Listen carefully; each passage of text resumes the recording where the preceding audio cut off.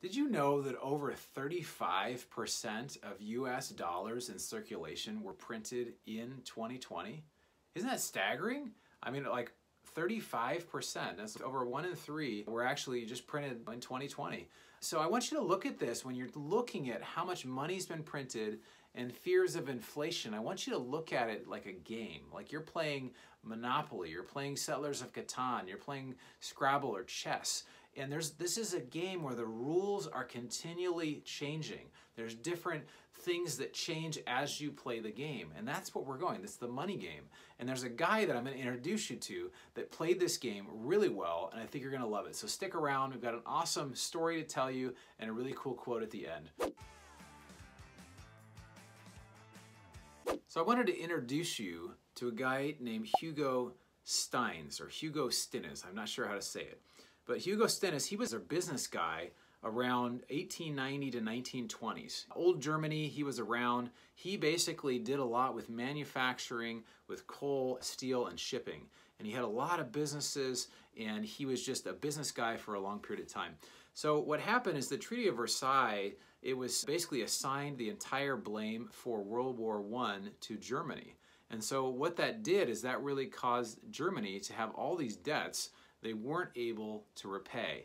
And so what they did is they started printing money. They started basically saying, hey, in order to pay these debts, which we've been ordered to pay as reparations, which they were just totally unreasonable, they started to get the printing press working and just print their way and try to do more and more. So what happened is Hugo Steins, he saw that this was coming, and he saw that basically the government was going to try to print their way out of it. And so he did so well that basically Time magazine, they called him the new emperor of Germany. And what he did is when the printing started happening, he borrowed to the hilt, and he just went after it, going after business stuff. He had, several thousand businesses. He borrowed as much as he could to buy even more supplies, more businesses. He bought as much as he possibly could because he had this huge line of credit. So he saw what was coming, and he got into more and more businesses. And then what happened is when inflation hit, he owned all these businesses, and he owed a certain amount of money, but it was in currency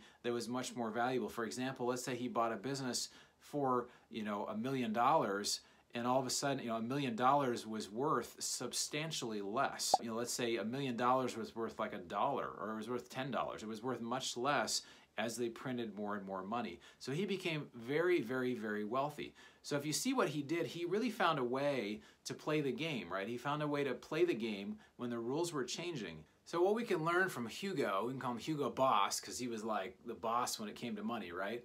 That he saw it was 100,000 times the currency was devalued. If you look at a chart, it's just, you can see the chart, it's unbelievable how much money was printed. Now, I'm not saying necessarily that we're going to get there in the US or that countries of the world are going to get there, but it is definitely possible as people see the printing press as being the solution. One lesson that comes from this is that dollars are fiat, and they're worth less over time. So if you search the word fiat, besides it being a car that, is a small European car, basically it means that it's a currency that's not backed by anything. At one point there was a strict limitation. You could only have the same amount of dollars, or that you had the equivalent in gold. So there could be one $20 bill for every ounce in gold that was actually in Fort Knox or wherever it was being held. And that's why we had no inflation for a couple hundred years, but now we have. So dollars are fiat over time. It's simple math, and it's important to find out strategies that you can do to benefit from inflation rather than be hurt by it. And so that's the point, is that money printing leads to inflation. It's also important to think about how over time you need to find other strategies to make your money work for you. And there are different hedges and different ways that you can do this, that you can actually benefit, just as the inflation king, Hugo, did. My favorite ways to hedge against inflation, one is multifamily properties, because it basically, if you see the chart, it literally follows inflation. It just kind of goes up and to the right. As inflation rises, so rent. So over time, it just tends to rise with inflation.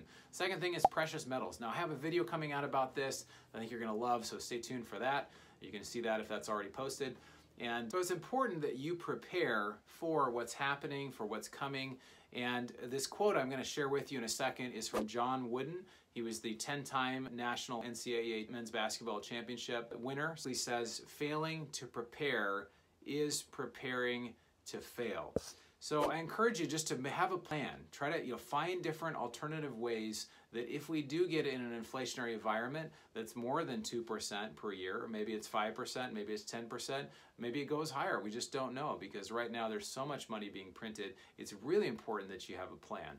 So one plan that you can do is you can look at investing into multifamily real estate. Now that's our business. We're constantly looking at deals. We have a large portfolio now, mostly in the South, where we take investors and we basically go out and we buy large apartment buildings, and we do all the work and we get the returns. We return money to the investors. So it's really exciting. If you want to learn more about that, you can check out our investor club. That's located at bronsonequity.com. You can click the join button. You can set up a call with us. We'll get you on our investor list and develop a relationship with you. Secondly, you've got this great report, and it's called the Single Best Investing Strategy During and After a Pandemic. It's going to do some awesome strategies going forward in how you can protect yourself and your investments. Thanks for taking the time to educate yourself, and we'll see you on the next video.